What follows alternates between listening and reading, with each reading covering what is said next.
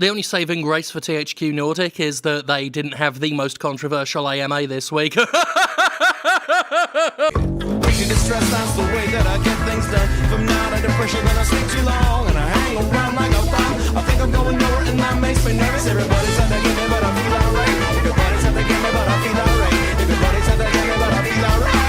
Everybody's thinking about me, but I feel alright. Everybody's at the game, but I feel alright. Everybody's at the game, but Why do companies keep fucking up on social media in their attempts to be cool, witty, edgy, quirky and fun? Well, the simple answer is that they're video game companies, and so they're none of the things they're trying to be. That said, after THQ Nordic landed itself in the hottest of hot waters, I feel now is a good time to examine that question in a little more detail. So let's do that, shall we? Yes. Let's. The video game industry never fails to surprise you. You think you've seen it all, every rotten business tactic, every corporate snafu, every type of unbelievable screw-up possible, and then THQ Nordic does a Q&A session on 8chan. What? For those unaware, the site in question is an image board that considers 4chan too prudish. It's been so closely associated with child pornography that it's been delisted from Google for suspected child abuse content in the past. Outside of that skin-crawling association, the image board's notoriety is built mostly on jaw-droppingly racist and hateful content. Even the most militant, die-hard free speech fighters generally agree that at the very least, that place is toxic for your brand. And if you play in that nuclear waste dump, your brand will get very, very sick. And THQ Nordic, bafflingly, decided to sidestep the usual places we see AMAs, Reddit, Twitter, etc., and went to one of the worst places you could hope to, something so very specifically against what you'd want to make your brand look good. It's something so niche, doing it by accident seems incredibly unlikely. Now, there are free speechers who will defend anything, even this, and people have indeed gone to bat for THQ Nordic in the wake of one of the dumbest PR moves in video game history. For indeed, that's what it was. It was dumb. It was superhumanly dumb. Even if you do want to defend the place and... ew, there's no way this wasn't the stupidest idea anybody in games had for years, and that includes whoever thought we wouldn't notice when Bethesda switched out canvas bags for nylon ones. Even if THQ had done an AMA on 4chan, just regular 4chan, it would be pretty unbelievable. The site's nowhere near as vile as its numerically doubled spin-off, but it's still not somewhere you'd expect to see a well-known video game publisher appear. Just imagine that headline, EA does 4chan AMA. 4chan's history is more checkered than a chessboard made out of chessboards, if we're being perfectly honest, and any publisher associating with it would look weird, to say the least. Few companies would be so silly. No company should be so mind-numbingly stupid as to associate itself and the brands it represents with the worst version of 4chan, yet THQ Nordic did it. It's almost downright funny, it's so imbecilic. When I first saw THQ Nordic announce its AMA on Twitter, adding that they didn't know why they were doing it, I had to laugh. Just hand over mouth, quietly laughing in complete disbelief. I immediately saw the backtrack coming from THQ. Everybody did. The moment they announced the Q&A session, pretty much everyone online at the time were placing bets on when THQ Nordic would walk this whole thing back, claiming it was a mistake, which they did, of course, almost an hour later. How could they not? If they wanted to move forward with their business, there's no way they couldn't walk this back. You can't just move past it, because despite them saying they didn't know why they were doing the AMA, the only question anybody could reasonably have for them is, why? Why would you associate your brand with a site delisted from Google for the worst of things? You realise that stink doesn't just wash off, right? If you're a sex pest, you've finished. There's nowhere else to go. You can't be an actor after that. You can't go back on the TV. You're a sex pest and you're through. Best thing to do is to piss off to Spain or something. THQ Nordic's Twitter tried to play ignorance. Individuals within the company are denying all involvement, with Philip Brock being named as the instigator of the whole thing. He claims he failed to do due diligence, and that he'll be far more rigorous in his assessment in future. So apparently, THQ Nordic thinks the guy's career has a future, despite him pulling one of the most absolute stupidest moves a PR rep has ever pulled, which is itself pretty alarming.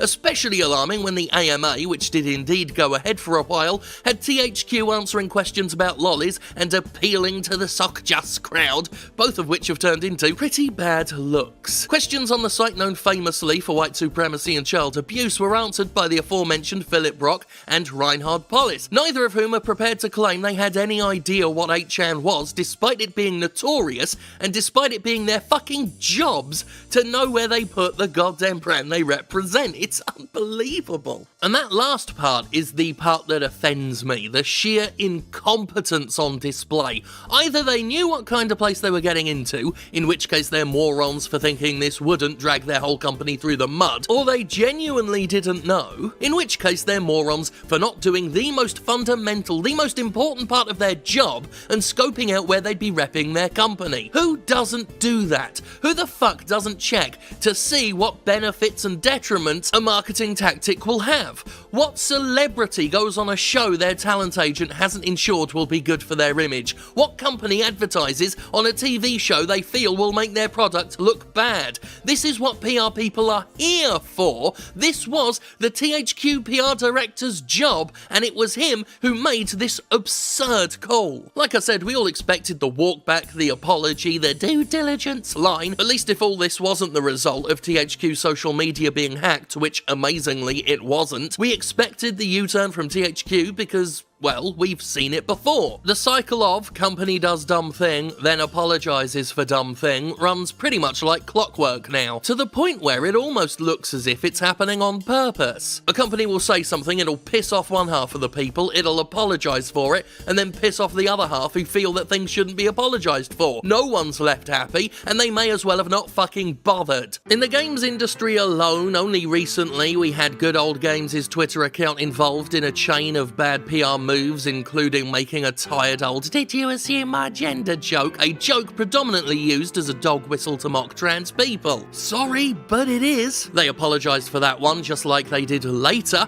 when they used the "won't be erased" hashtag to promote themselves, the "won't be erased" tag being one concerned with the very real threat of cultural erasure as a result of the Trump administration's plan to roll back civil rights for trans Americans. Yesterday, we posted a tweet containing a trending hashtag as a pun, stated the obligatory corporate walkback, which again we were all just waiting for. The tweet was neither intended as a malicious attack nor as a comment to the ongoing social debate. GOG should focus only on games. We acknowledge that and we commit to it. I'm not one for the just stick to games retort, but in this case, yeah, maybe if you just keep getting in trouble it is for the best. And a lot of the keep politics out of my games crowd were annoyed at GOG for this when they just committed to sticking to video games like you want them to, so you should be happy with that. Even Ubisoft's been caught up in this for a really silly one, actually. It's just kind of amusingly sad than outrageous. During the US government shutdown of 2018 and 2019, the longest shutdown in America's history, one mired in xenophobic controversy, whoever was sending out Ubisoft's marketing emails smelled an opportunity. An opportunity to compare the real-life shutdown with the Division 2, which, by the way, isn't real, but they told us that it would show everyone what a real government shutdown looks like. Except, as I just said, the Division 2 isn't real. The government shutdown actually was real. It had hundreds, if not thousands of Americans left unpaid,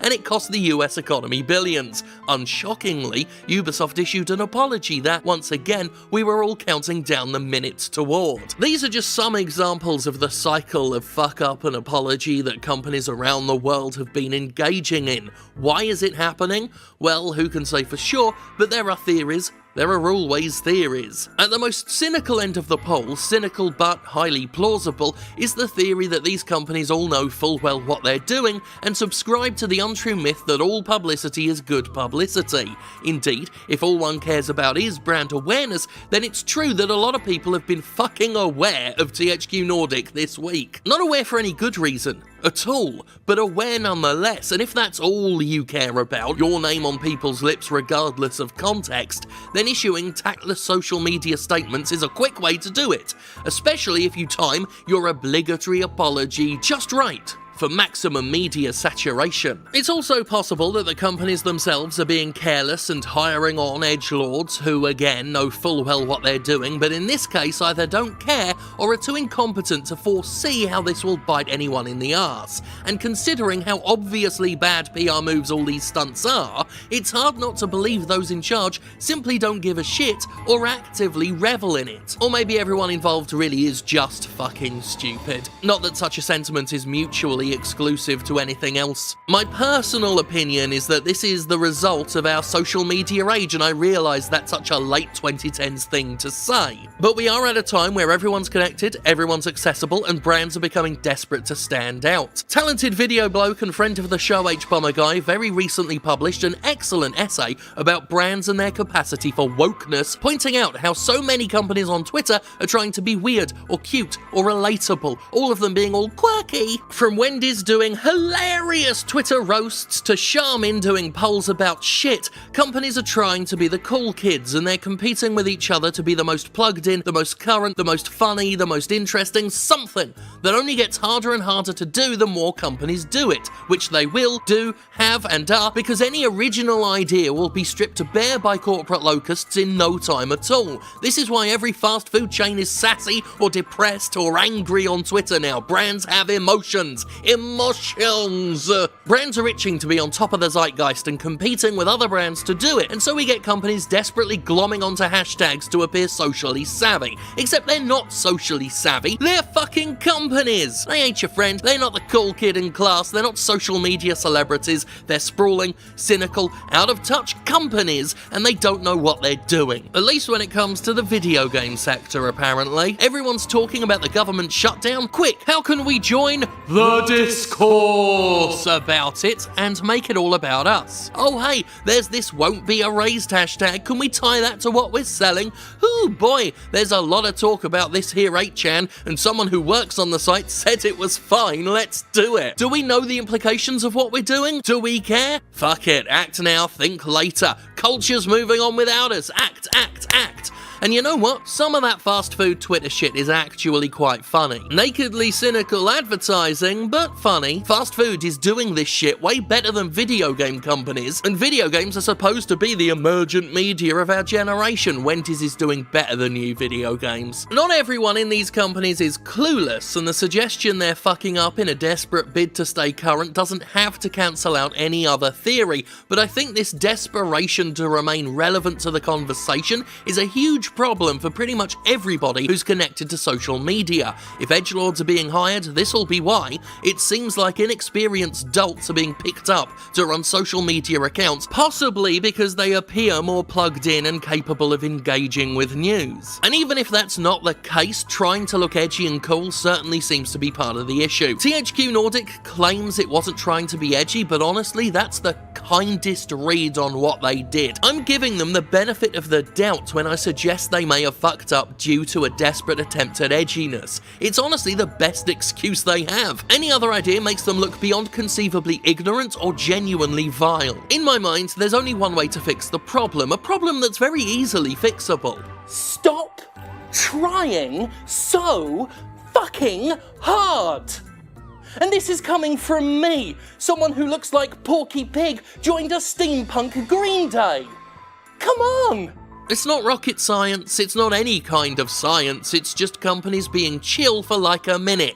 Just chill the fuck out. Don't be so desperate to be part of the conversation, because the last thing you want is to be the conversation. You may think that's what you want, but on Twitter it really, really ain't. Because within a day, within an afternoon, maybe within the hour, you'll realise that this publicity is not good publicity, and you'll have to make your walk back. Just leave the quirky shit to Devolver Digital, they know what they're actually bloody doing. At the time of talking, THQ Nordic has not officially really responded to this. They've published Brock's contrition and really left it at that. They don't want to touch this. They don't even want to be seen officially responding to this, apparently, and we've not heard any news that anyone's been fired. But THQ's radio silence these past few days speaks volumes about how toxic this whole thing is, because I want to make one thing clear, okay? A lot of people are talking about what a brilliant PR move this is, what a fantastic idea it was, how it's worked fantastically and played us all for chumps because we're all talking about THQ Nordic. Bear in mind, we're not talking about any of the games they sell. In fact, reports suggest that developers that are associated with THQ Nordic are pissed off, because this isn't just a PR issue, this isn't just a public relations forward-facing issue, it's an intercompany issue as well. THQ Nordic is responsible for a lot of brands that are tied to their own, and those brands are furious because this isn't an association you get away with, okay? There's a reason why Gary Glitter isn't playing sold-out shows at the fucking O2 Arena. You're a sex pest and you're through. Thank God for me.